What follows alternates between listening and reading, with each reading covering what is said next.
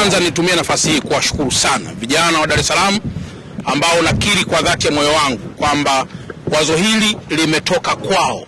Walichokifanya kwetu sisi kama wazee wao wa mji ni kwamba namna gani tunaweza tukawasapoti zaidi katika mawazo yao ili kuweze kutuzalisha jambo ambalo ni jema zaidi. Kwa hiyo tarehe 14 mwezi wa pili mwaka 2026 tunakusudia sasa kuwa na IST Festival, lakini malengo yake makuu ni kitu gani? Mtakumbuka kwamba Dar es Salaam tumemaliza masuala ya uchaguzi, lakini zaidi pia tumeingia mwaka mpya, na kwa mantikio hiyo ni staili mojawapo ya kuanza kufungua mwaka mpya, mwaka 2026. Ni hamasa pia kwa vijana. Tuna zawadi za zaidi ya milioni 100 kwa wale wote ambao watafanya vizuri.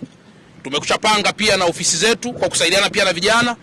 Hatutaogopa wala tutasita kumuongezea mtu IST mpya kwa mazoezi au kwa kazi ambayo atakuwa ameifanya kwa siku hiyo. IST Festival itaambatana na matukio mengineyo. Kutakuwa kuna matukio hapa mbalimbali ya kujiachia, ya kufurahia, lakini zaidi pia tunazungumza na JKCI, hospitali kubwa ya moyo, ambao pia ni miongoni mwa watu ambao watafadhili pia jambo hili, ili kuwe pia na angalau session ya madaktari bingwa wanaoweza pia kushiriki kuchunguza afya za baadhi ya watu ambao watafika katika maeneo yetu. Na baada ya muda mfupi tutakuja kutangaza ruti, magari yataanzia wapi kuelekea wapi, itakuwa ni muda gani, na mwisho wa siku itakuwaje.